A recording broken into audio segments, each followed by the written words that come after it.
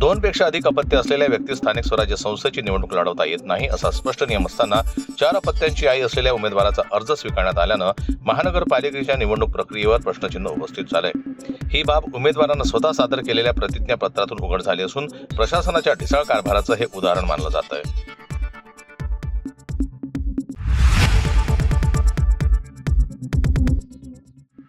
महानगरपालिका निवडणुकीसाठी प्रचाराला वेग आला असून काहींची नजर महापौर पदावर आहे। विशेषतः भाजपमधील महापौर पदासाठी उत्सुक असलेल्यांमध्ये दररोज एकदा तरी यावर चर्चा रंगतीये। गेल्या 15 वर्षात नागपुरात अनुसूचित जमाती, सर्वसाधारण ओबीसी, सर्वसाधारण महिला व सर्वसाधारण प्रवर्गाच्या गळात महापौर पदाची माळ पडली होती।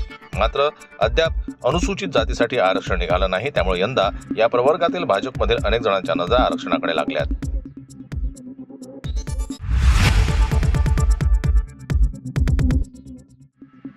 नागपूर महानगरपालिका निवडणूक आयोगानं ठरवून दिलेल्या मर्यादेपेक्षा जास्त खर्च दाखवल्यास थेट उमेदवार आणि सदस्यत्व धोक्यात येत आहे। या पार्श्वभूमीवर पैसे वाटपावर पाळ ठेवण्यासाठी निवडणूक विभागाकडून विविध पथके तयार करण्यात आली आहेत। याबाबतचे आदेश निवडणूक आयोगाकडून काढण्यात आले आहेत। ठिकठिकाणी पोलिसांकडून तपासणी नाके सुरू आहेत। या काळात रोख बाळगताना खबरदारी घेणं आवश्यक आहे।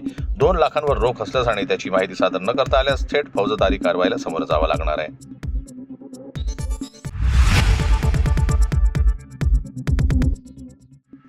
मतदानाला शेवटचे 4 दिवस शिल्लक असूनही अनेक उमेदवार मतदारांपर्यंत पोहोचू शकलेले नाही।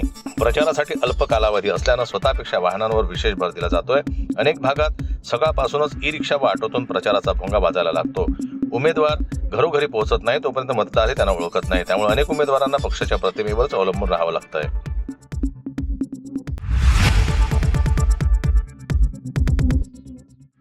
महाराष्ट्रातील निवडणुका कोणत्या थराला गेल्यात? या महाराष्ट्रात 60 ते 70 उमेदवार सत्ताधारी पक्षातून बिनविरोध निवडून येतात। उमेदवारी अर्ज मागे घ्यायला धमक्या दिल्या जातात, पैसे वाटले जातात, कोट्यावधी रुपयांची ऑफर दिली जाते असा घणाघात मनसे अध्यक्ष राज ठाकरे यांनी सत्ताधारी भाजपा महायुतीवर केलाय। नाशिक येथे उद्धव सेना मनसे शिवशक्ती युतीची पहिली जाहीर सभा पार पडली। या सभेत ते बोलत होते।